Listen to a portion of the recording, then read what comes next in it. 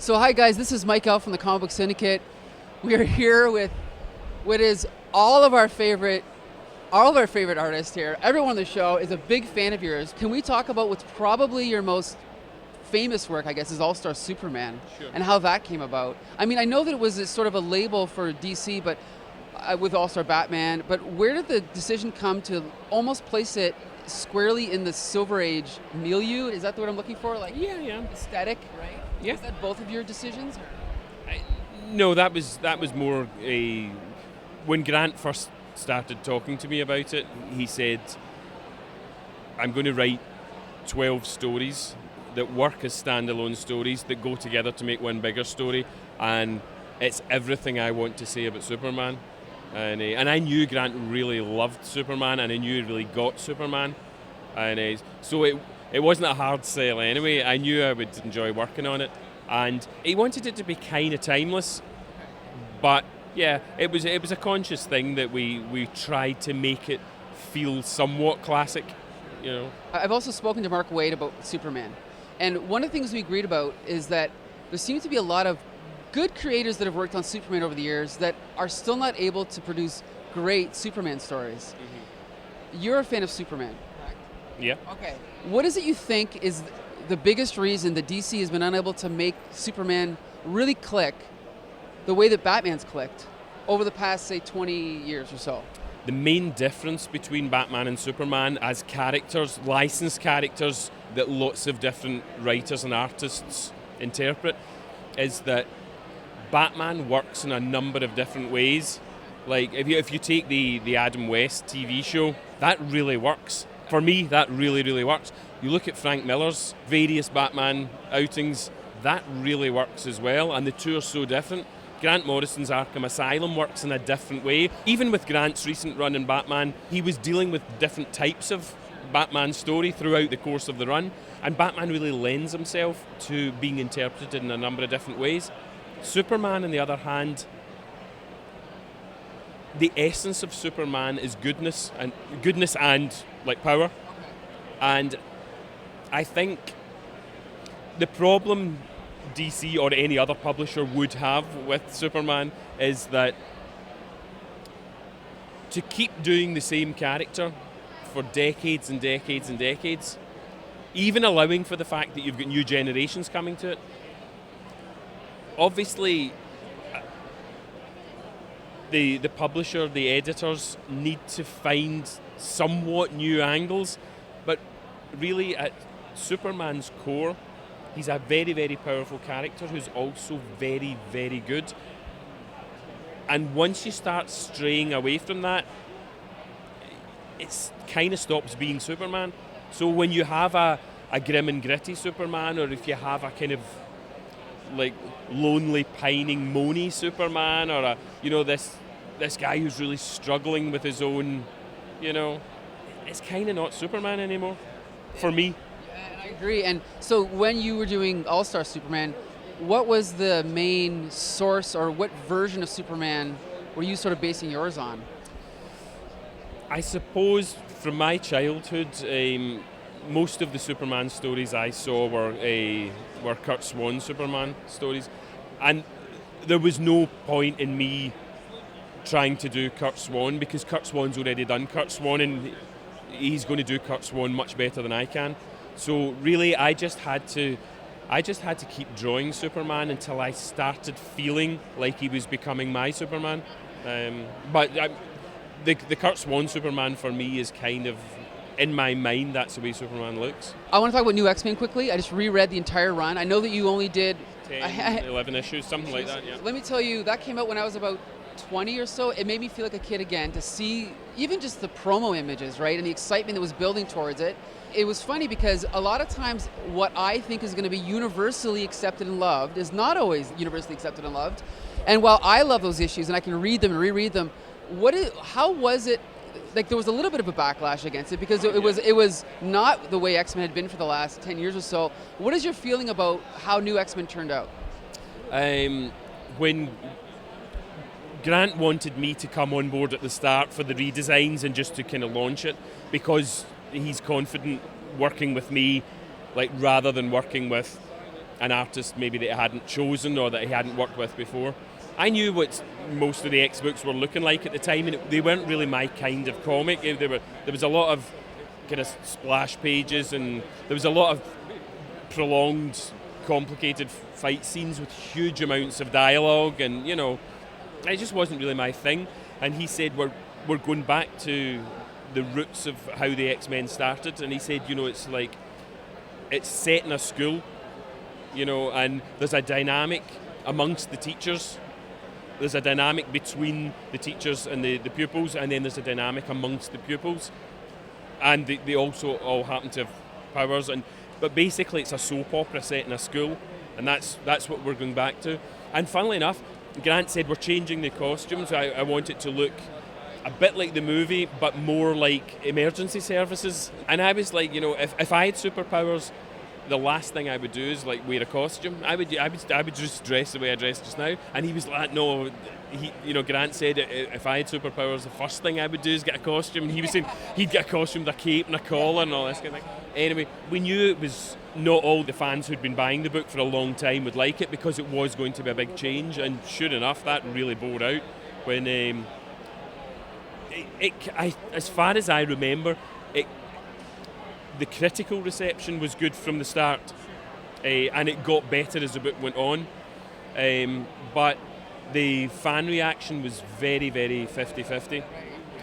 Lots of people who liked Grant's work had started buying the X-Men because Grant was writing it. Lots of people who'd already been buying the X-Men because they liked the way it had been going with the spandex costumes and the bombast and all the rest of it.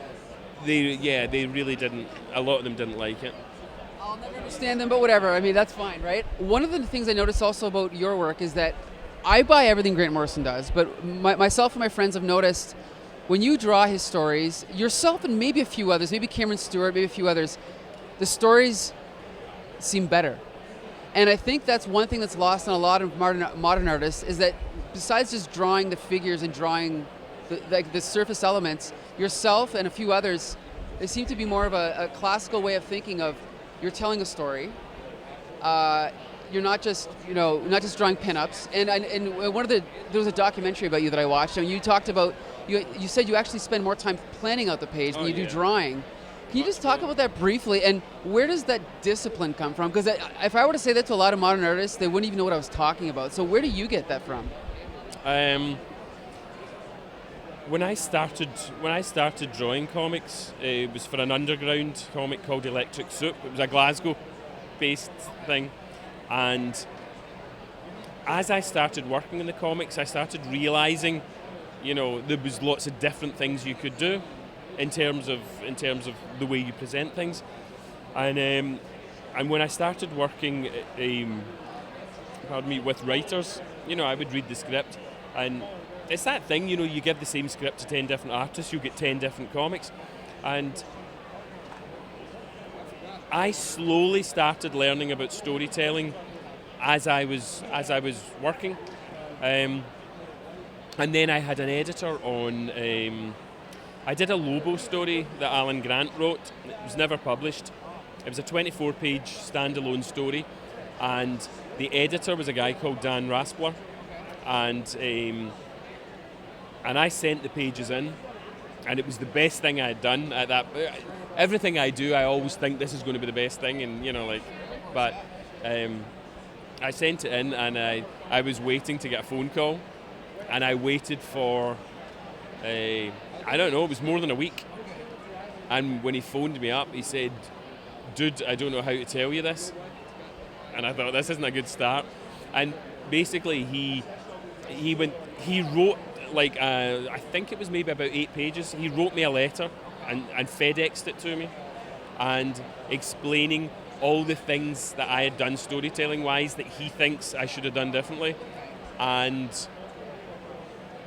I want to say everything that he had in the letter I agreed with, but certainly nearly everything. It was just he was one of those few editors who actually really knew a lot about the way comic storytelling works, and he was like, your drawings are really good and your storytelling's clear, but you're not always doing things the most effective way or the most striking way or whatever.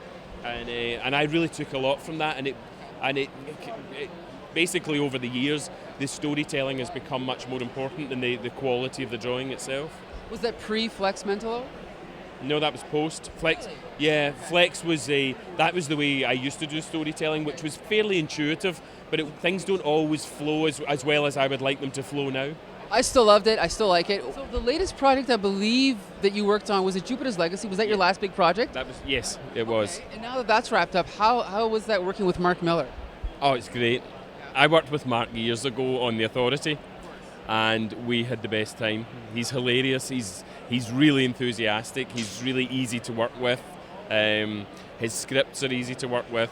We got together a few years ago, and he was like, I've got an idea for something that you'd be really well suited to. But I remember saying to Mark, I don't want to do a team book, and I'd prefer not to do a superhero thing. I'm looking for, and he just started smiling. He said, and I also wanted something short. And he went, well, it's 10 issues, and it's a superhero epic, and with a cast of hundreds. And I was like, oh, come on. And then he started telling me the basic idea behind it, and I was like, yeah, I could do this.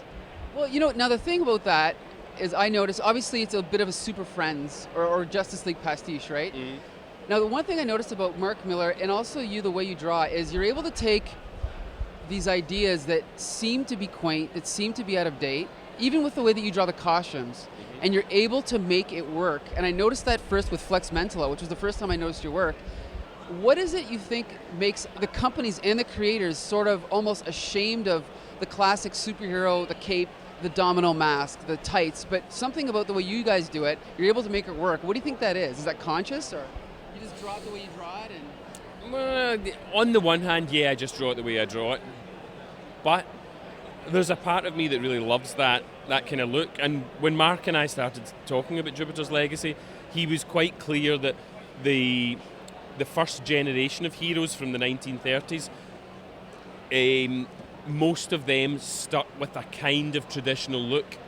Some of them, like Uncle Walter, he's slowly updated over the years, and Mark also wanted some of them to have slightly more modern looking costumes, a bit more kind of like wetsuits or something, and some of them not to be using costumes at all. So it was a conscious thing from the start that the different generations, and just from one hero to another, or one superpowered character to another, as not all of them are heroes. Some would wear vintage costumes, some would wear no costumes, etc. So that's just, and I love it. I'm a big fan of the series. Really quick, your 3 favorite artists of all time. Wow, Mobius. Okay. Dudley D. Watkins, Scottish newspaper artist who was a big influence when I was a child. And I don't know. Is there, when you were growing up? Growing up, it would have been, this is 3 when I was growing up, it would have been John Buscema, Jack Davis and Mort Drucker probably from Mad Magazine. Okay, they did the movie spoofs in Mad Magazine. Right. What's your next project coming up? What can we look forward to? I've been doing a few things outside comics just now. Once I get my decks cleared, I've written a bunch of short stories which I would like to draw as short strips. So that'll be the next thing I do, I hope. All right, well, like I said earlier, yourself and Chris Sprouse are the 2 artists, the only 2. I'll buy anything you do, doesn't matter who writes it, doesn't matter what it's about. So this is an honor to meet you, so I thank you once again. Thanks a lot. And I love your glasses. What's it? Oh, thank you. Your glasses are really nice. Thank you.